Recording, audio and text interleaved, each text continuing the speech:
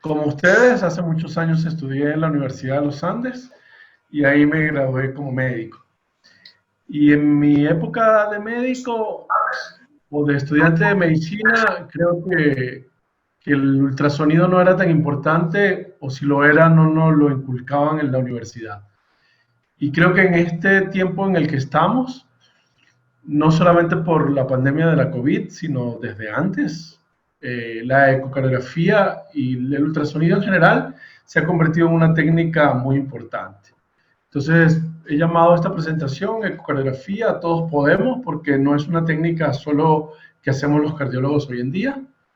Y la ecocardiografía para todos o solo para el cardiólogo experto. Y la verdad es que cada día enseñamos más médicos generales, médicos internistas, intensivistas, para que miren el corazón con el ultrasonido. El ultrasonido tiene gran potencia para hacer o para aproximarse a los diagnósticos. Es muy interesante que la ecografía desde hace mucho tiempo se ha aproximado a los médicos no cardiólogos y a toda la comunidad médica no cardiológica, de acuerdo a algunos dispositivos que están en el mercado y básicamente aquellos dispositivos que se pueden llevar en el bolsillo, que son fáciles de trasladar de un sitio a otro. Se han hecho muchos estudios, esto es uno un poco antiguo, del año 2005, que revisa exactamente, cómo se puede mirar o comparar a un grupo de pacientes el diagnóstico hecho por un cardiólogo senior, un cardiólogo de experiencia, con una exploración estándar, y cómo los estudiantes mirando la exploración y el ultrasonido con un entrenamiento solo de 16 horas para ver el eco, pueden tener resultados espectaculares y aproximarse muy bien a cosas como dilatación de las cavidades, a pesar de que no lo puedan palpar, pero que sí lo pueden ver. ¿Sigue siendo el estetoscopio un instrumento importante? Sí, probablemente el que no pueda hacer ultrasonido tenga la potencia del estetoscopio todavía a mano. Y el electro sigue siendo una manera de interpretar la cardiología y de interpretar las emergencias médicas de una manera adecuada. Pero estos son los elementos que usamos hoy día en nuestra práctica clínica diaria. Nuestra práctica clínica diaria tiene que ver básicamente con mirar al enfermo, con interrogar al enfermo, pero con insonarlo. Y lo podemos insonar con estos dispositivos pequeñísimos que tenemos en nuestro hospital, pegados al equipo del teléfono, y ver exactamente la estructura cardíaca y ver más cosas que el corazón.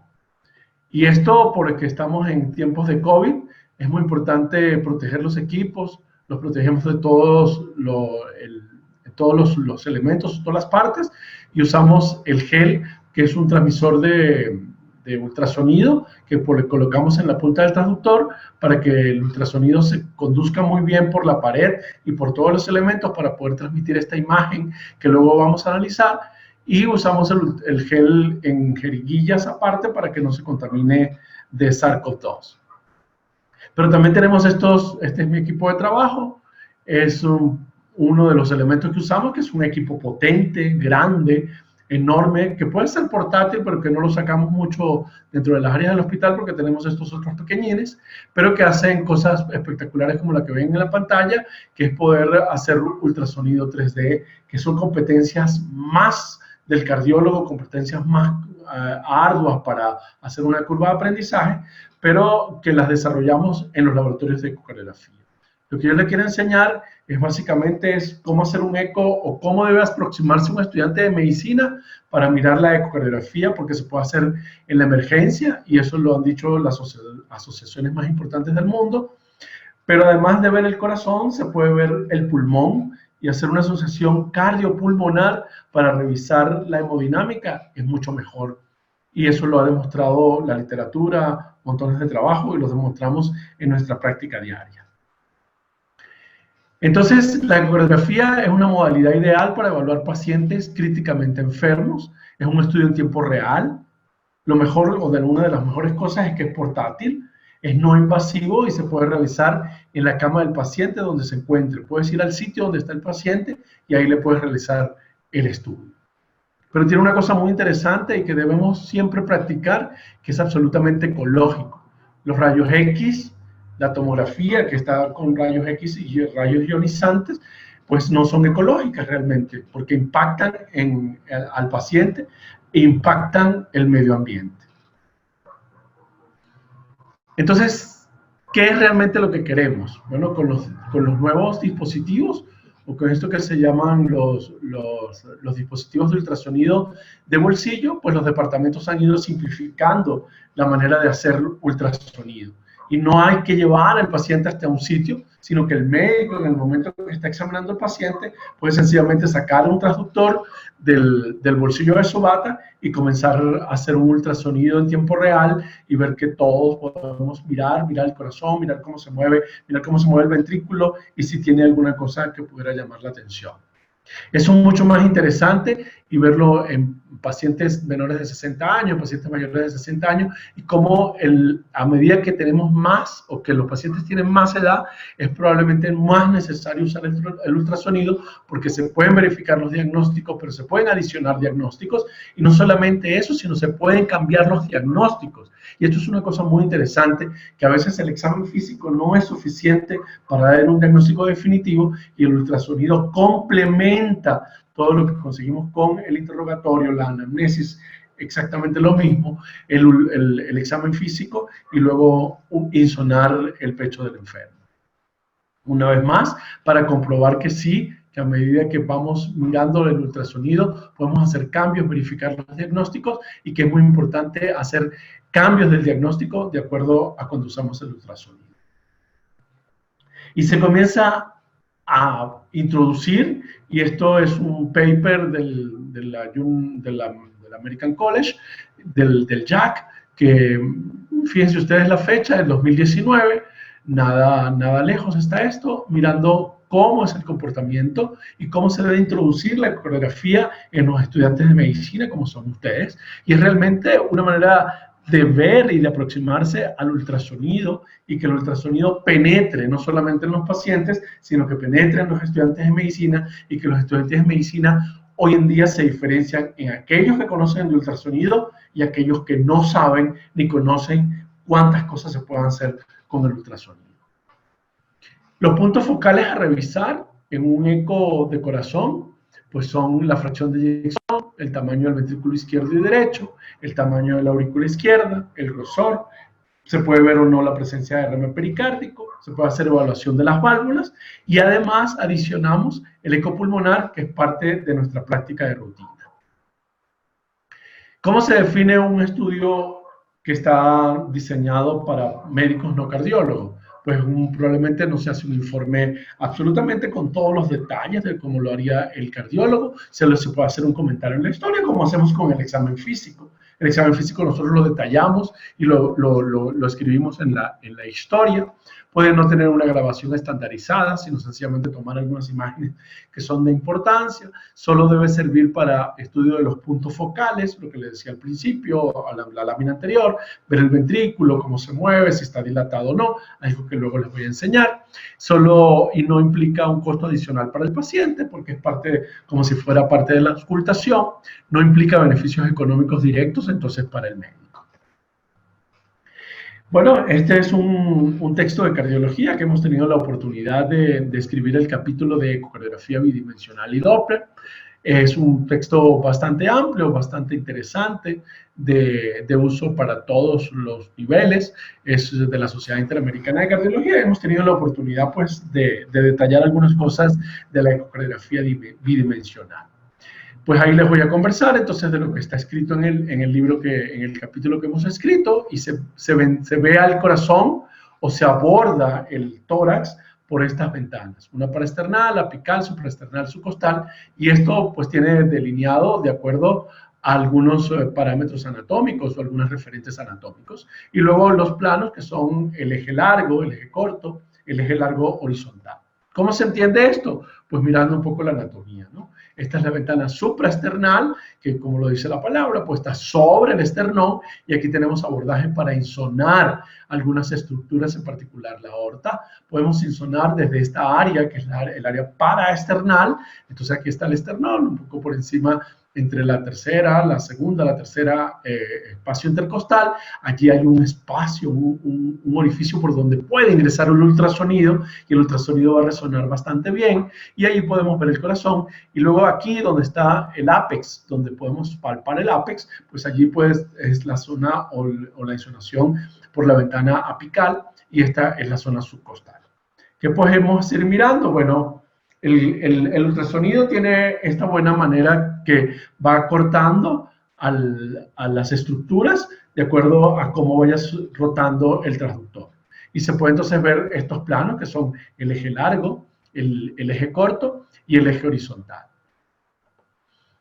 Pero para poder saber cuáles son las estructuras, hay que ahondar un poco en la anatomía. Y una cosa muy importante es que la anatomía cardíaca no es por la situación de la estructura, sino por los accidentes que le acompañan. Y morfológicamente derecha, la aurícula izquierda es aquella que es triangular, que tiene una rejuela de base amplia, que tiene abundantes músculos pectíneos, como lo dibuja este atlas muy bonito de Miguel Ángel García Fernández, que es un profesor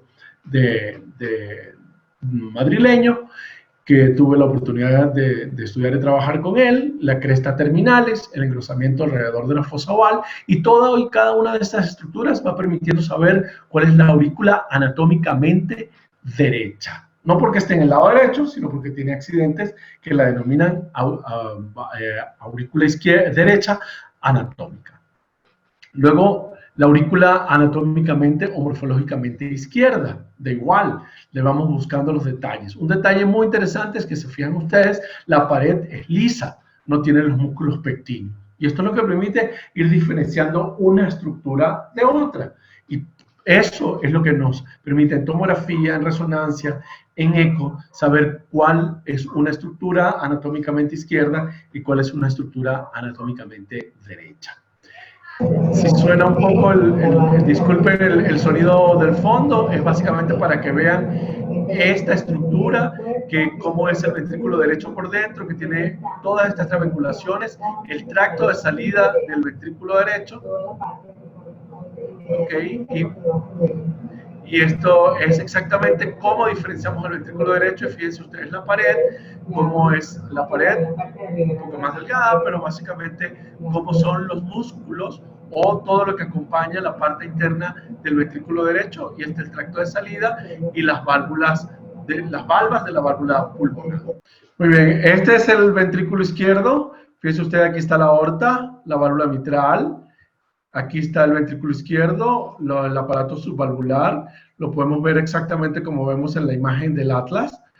Disculpen la imagen que no quiere mantenerse. Este es el ventrículo izquierdo. Aquí está la aorta, la válvula aórtica, la válvula mitral, la válvula anterior de la válvula mitral, todo el aparato subvalvular. Y este es el ventrículo derecho. Y así vamos estudiando cada una de las estructuras. Y así, por ejemplo, aquí tenemos el ventrículo derecho, ¿no? Qué lástima que esto se ha dañado un poco. Bueno, aquí está la válvula tricúspide, el ventrículo derecho, todo el aparato subvalvular. ¿Cómo lo podemos ver en la estructura? Es tal cual el ventrículo izquierdo y el ventrículo derecho. Vamos insonando desde esta área más alta y podemos ver entonces la válvula tricúspide, como lo vemos acá. Fíjense ustedes, aquí está la válvula tricúspide exactamente, ¿no? Aquí tenemos el ventrículo izquierdo. Fíjense los músculos papilares. El ventrículo izquierdo, este es un eje corto, damos vuelta al transductor e insonamos al ventrículo de esta manera. Y fíjense usted, aquí está el ventrículo derecho, el ventrículo izquierdo, y aquí están los músculos papilares, tal cual como se ve en la imagen del espécimen. Aquí tenemos entonces el ventrículo izquierdo, la válvula mitral. Fíjense ustedes, la valva anterior, la valva posterior, exactamente la valva anterior y la valva posterior, y el ventrículo izquierdo y el ventrículo derecho. Lamento que se vea de esta manera, había preparado todo, pero hay un problema ahí con el PowerPoint, no sé qué le ocurre. Este es la válvula aórtica, Aquí podemos ver entonces la válvula pulmonar, vemos las tres cúspides de la válvula aórtica, la aurícula izquierda, y aquí vemos entonces el ventrículo derecho, tal cual como lo vemos en este. Aquí está la válvula tricúspide, la válvula aórtica, este es el tracto de salida del ventrículo derecho, aquí está la aurícula izquierda. Vemos aquí luego el ventrículo izquierdo, fíjense ustedes, todo el ventrículo izquierdo, las válvulas auriculoventriculares, exactamente como se ven aquí, las válvulas auriculoventriculares, el ventrículo izquierdo y el ventrículo derecho. El ventrículo izquierdo tiene esta forma en los pacientes que tienen un ventrículo izquierdo normal, luego la aurícula izquierda conectada con el ventrículo izquierdo, fíjense ustedes aquí las válvulas auriculoventriculares y perfectamente el ventrículo izquierdo con esta morfología de ventrículo izquierdo porque los músculos papilares se dirigen todos hacia la pared lateral del ventrículo izquierdo. Este es un 3 cámaras, aquí podemos ver el tracto de salida del ventrículo izquierdo, la válvula aórtica, el ventrículo izquierdo y acá el ventrículo derecho. Y fíjense ustedes cómo se ven las estructuras perfectamente. El ventrículo izquierdo, estos son los músculos papilares, aquí se ve toda la inserción de los músculos papilares, aquí está la válvula anterior de la válvula mitral dirigida hacia acá, y este es el músculo papilar, y aquí se ven las cuerdas tendinosas y la aurícula izquierda. Aquí tenemos el subcostal, desde acá, desde la visual de la vista subcostal, debajo del esternón, ahí podemos hacer una incidencia perfecta y veremos exactamente desde aquí al ventrículo izquierdo y al ventrículo derecho, y podemos ver las 4 cavidades, y aquí vemos el hígado, y aquí se los puedo mostrar. Este es el hígado, aquí está el ventrículo derecho, aquí está el ventrículo izquierdo, aquí podemos ver las 4 cavidades, aurículas y ventrículos, y podemos ver todas las estructuras. Aquí podemos ver de manera perfecta el hígado, y este vaso que está intrahepático es la vena cava inferior, y podemos ver cómo se colapsa, que tiene colapso completo cuando el paciente hace inspiración profunda. Aquí vemos la aorta, y este es igual del subcostal, y vemos la aorta con color. Fíjense cómo se ve perfectamente la aorta en toda su extensión, la aorta abdominal. Y aquí tenemos la aorta supraesternal, que este es exactamente desde esta zona estamos insonando el corazón, o las estructuras adyacentes, y desde cuando insonamos desde acá a la estructura, podemos ver pues todo el arco aórtico, exactamente como lo vemos en esta imagen. Fíjense ustedes cómo se ve perfectamente el arco y los vasos supraórticos que se ven perfectamente. Bueno, mirado el corazón y miradas las estructuras del corazón, podemos también desde el tórax insonar al pulmón y hacer un protocolo de exploración del pulmón. Si ya hemos reconocido todas las estructuras cardíacas, podemos ver el pulmón. Y esto es lo que vamos a conseguir cuando insonamos el tórax, que es sencillamente nada, ninguna cosa que se parezca a lo que hemos visto, no se ve prácticamente nada, pero aquí en esta línea, porque estamos insonando desde acá, el transductor está acá en el tórax del paciente, en cualquiera de los puntos anteriores que hemos visto, podemos colocarlo en cualquiera de estos sitios, el transductor, y aquí tenemos una insonación, y esta es la línea pleural. Esta es exactamente la línea pleural, y todos estos son artefactos que podemos ver que es sencillamente una manera de verse la línea pleural reflejada en todo el parénquima pulmonar. Y una de las características interesantes del eco pulmonar es que no se distingue nada cuando el eco pulmonar cuando el pulmón está aireado, cuando el pulmón es normal.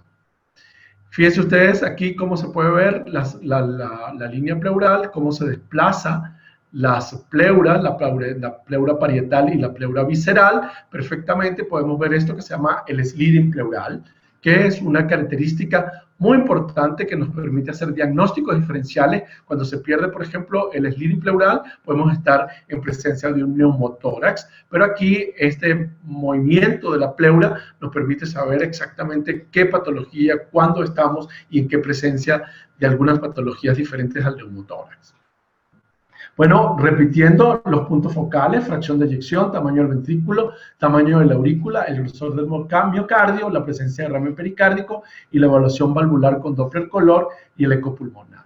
¿Qué podemos entonces encontrar? Fíjense ustedes, este es un paciente con una fracción de eyección normal. Fíjense ustedes cómo el ventrículo se contrae completamente, se acercan todos a este punto imaginario, y esto podemos decir que tiene una fracción de eyección de más del 70%. Pero cuando estamos en este es un ventrículo izquierdo que no se mueve bien, que está bastante enfermo, que está dilatado, que está redondo, que parece un balón de fútbol. Esto es un ventrículo izquierdo bastante enfermo comparado con este otro, que es un ventrículo izquierdo absolutamente normal. Y esto es lo que nos permite, pues, ir evolucionando en la evaluación de un paciente con enfermedad o sin enfermedad, y como es el no hecho por no cardiólogos, que es absolutamente binario. Fíjense ustedes aquí, pues lo que les decía, un ventrículo normal que tiene esta forma elongada, y un ventrículo anormal que es absolutamente redondo. Cuando se pierde la geometría del ventrículo, pues tenemos una aproximación a que el ventrículo está enfermo, que tiene disfunción sistólica, y esto es una manera bastante sencilla de hacer un diagnóstico rápido en la cama del paciente. ¿Qué otra cosa podemos ver? Pues el tamaño de la aurícula, si es normal o si es absolutamente anormal. Esta pues es el doble de esta, y esta se parece bastante al tamaño del ventrículo, entonces rápidamente podemos decir que tiene dilatación de la aurícula izquierda. ¿Qué otra cosa podemos ver? Pues medir el grosor parietal. Los equipos de eco permiten ver el grosor, mirar la fracción de eyección, ver exactamente cómo y de qué manera el ventrículo está funcionando. Y aquí está un software automático que cuando ponemos estos puntos rápidamente se ve esto, y podemos ver la fracción de eyección, la fracción de acortamiento, el espesor parietal, el grosor, la masa, etcétera, y hacer una aproximación bastante buena del diagnóstico. ¿Qué otra cosa podemos ver? Bueno, aquí está el hígado, y fíjense ustedes el hígado, el ventrículo derecho, el ventrículo izquierdo, y aquí no hay ningún líquido ni nada que esté alrededor del corazón.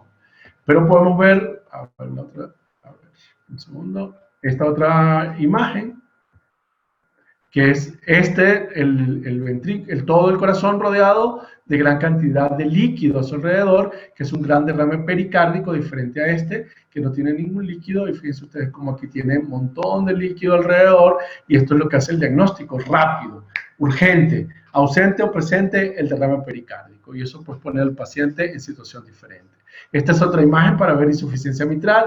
Fíjense ustedes aquí con Doppler color, todo lo que se acerca al transductor que está aquí está en azul, el rojo, perdón, y todo lo que se aleja está en azul. Y fíjense ustedes, todo se va hacia acá, todo es en la orientación normal de la aurícula hacia el ventrículo, y podemos ver rápidamente aquí cómo es de diferente este eco, y cómo aquí tiene un gran Y de regurgitación, un gran Y de insuficiencia mitral severo, que pone al paciente en riesgo, que probablemente está en insuficiencia cardíaca por esta gran regurgitación mitral o insuficiencia mitral severa.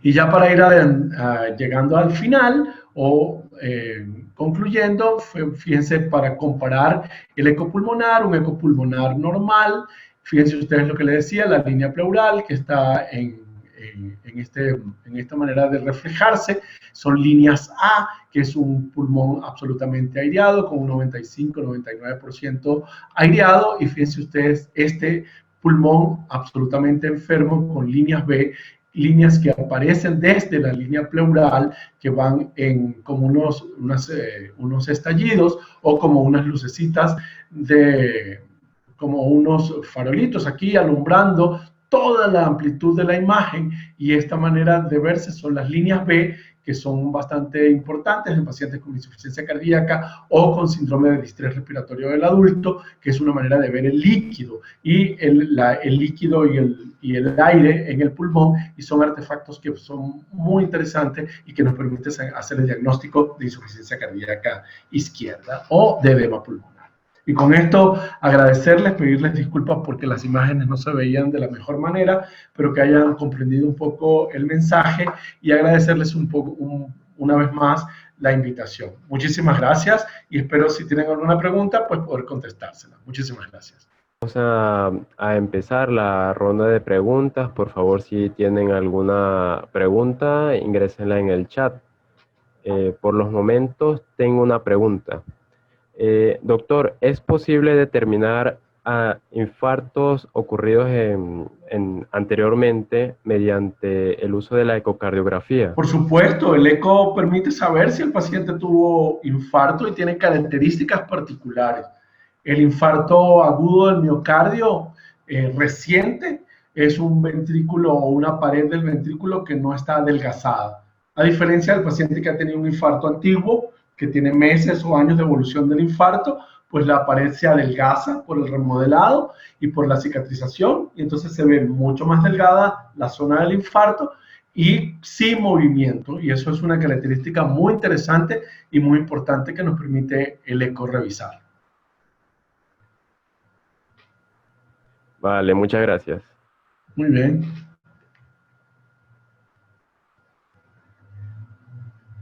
¿Alguna otra pregunta? Vale, doctor, por aquí tengo una pregunta. Sí, cómo Dice, no, adelante. hola doctor, quisiera saber si actualmente tiene algún conocimiento de afección por COVID en las válvulas. No, en las válvulas eh, cardíacas no hay afección por COVID real. En el corazón se afecta con la COVID, en particular el miocardio, y se afecta de manera interesante o importante, en una afectación que pudiera ser hasta el 30%. Lo que sí vemos es lo que les demostraba en el eco pulmonar, que la afectación pulmonar es enorme, es el predominante, y allí sí hemos trabajado bastante mirando el eco pulmonar en los pacientes con COVID. Y también siempre le hacemos el eco cardiopulmonar a los pacientes con COVID y hemos descubierto o revisado cosas muy interesantes como síndrome de Takotsubo, derrame pericárdico, no es muy frecuente pero puede haber, injuria miocárdica, y eso en particular, ¿no? O dilatación del ventrículo derecho en los pacientes que tienen embolia pulmonar. Pero las válvulas, afectación importante, hasta ahora que yo conozca, pues no. Hola. Hola. Le tengo una pregunta que hacer. Nos muestran el eco pulmonar, que no logramos ver sino una serie de líneas que usted decía que se denominaban como ejes. ¿Puede con un ecocardiograma observar parte del parénquima pulmonar? Sí. Y todas esas enfermedades, un ejemplo como laborales, fibrosis, pueden detectarse con un ecocardiograma. Con un eco pulmonar, claro. Sí, es buena pregunta, ¿no? Hoy día los cardiólogos pues no estábamos muy interesados al principio, creo, con el eco pulmonar porque nos interesaba básicamente ver el corazón. Pero hoy en día tenemos un gran interés por el eco pulmonar. Entonces sí, se pueden ver enfermedades, fibrosis intersticial, enfermedades pulmonares de derrame pleural, se puede ver, hacer diagnóstico diferencial de edema pulmonar y enfermedad pulmonar obstructiva crónica, se puede hacer el diagnóstico diferencial entre el síndrome del distrés respiratorio del adulto y edema pulmonar cardiogénico, se puede hacer el diagnóstico diferencial de neumonía, de neumotórax, se puede ver un paciente que tiene dolor en el pecho y hacer el diagnóstico diferencial con ecopulmonar, mirando si es una neumonía o mirando el ventrículo izquierdo si es un infarto, y vamos mezclando, ¿no?, todas las patologías, y la verdad que tiene hoy una gran utilidad y un rendimiento diagnóstico elevadísimo. Y hay quienes nos atrevemos a decir que el eco pulmonar es el instrumento diagnóstico más útil que tenemos hoy en nuestras manos, ¿no? Lo practicamos todos los días y hacemos eco pulmonar en todos nuestros pacientes, y la COVID ha puesto, la pandemia ha puesto en evidencia la gran utilidad del eco pulmonar. Y creo que la literatura está dando muestras de ello. Hay muchas cosas escritas sobre cómo hacer el diagnóstico o la aproximación diagnóstica de una afectación pulmonar por SARS-CoV-2 en pacientes que pudieran estar medianamente asintomáticos, ¿no? Espero haber respondido a tu pregunta. Gracias, doctor. Sí, gracias. ¿Alguna otra pregunta? Vale, por aquí tenemos un par de preguntas más. Sí. Nadezhda Ardaya pregunta, ¿qué libro nos podría recomendar para ecocardiografía? Bueno, les he dejado ahí el libro de la Sociedad Interamericana de Cardiología, que es un libro que nosotros escribimos el capítulo de ecocardiografía. Es bastante asequible la manera como está escrita para todos los niveles, y ese es un buen nivel para comenzar, ¿no?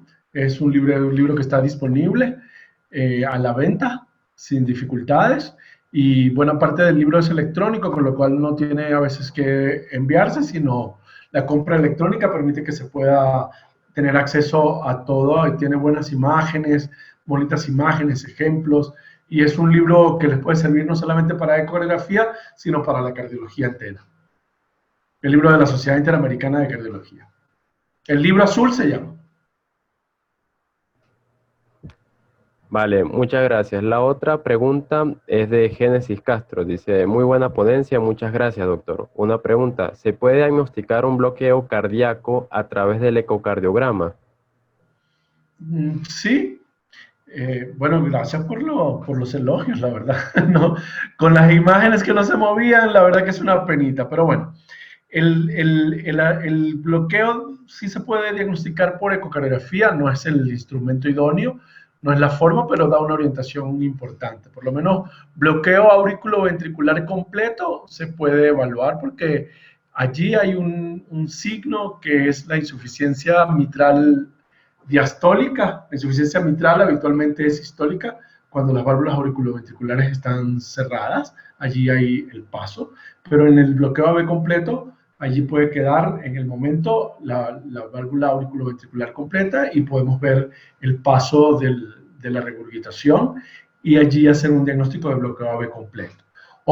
Eso es el bloqueo AV completo, por ejemplo. Y en bloqueo de rama izquierda vemos un movimiento del septum interventricular anormal, y eso puede hacer una orientación y ver el momento exacto de cuando está ocurriendo el movimiento paradójico del septum interventricular, y ahí saber que el paciente tiene un bloqueo avanzado de rama izquierda, también puede ser. Entonces sí, son instrumentos que permiten o ayudan a lo que estamos mirando en el electro, o si no hemos visto el electro, pues podemos decir que tuviera bloqueo AV completo o bloqueo de rama izquierda. Hasta ahí. El resto de las cosas no se pueden ver, ¿no? El resto de las cosas son más eléctricas que ecocardiográficas.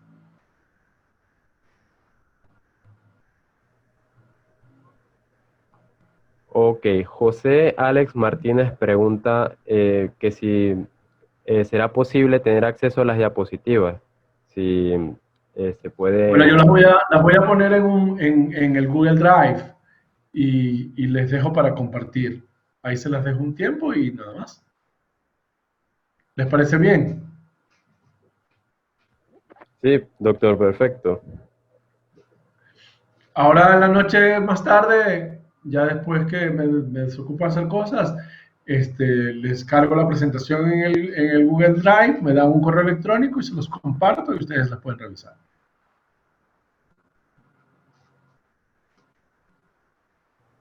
Perfecto. Muy bien.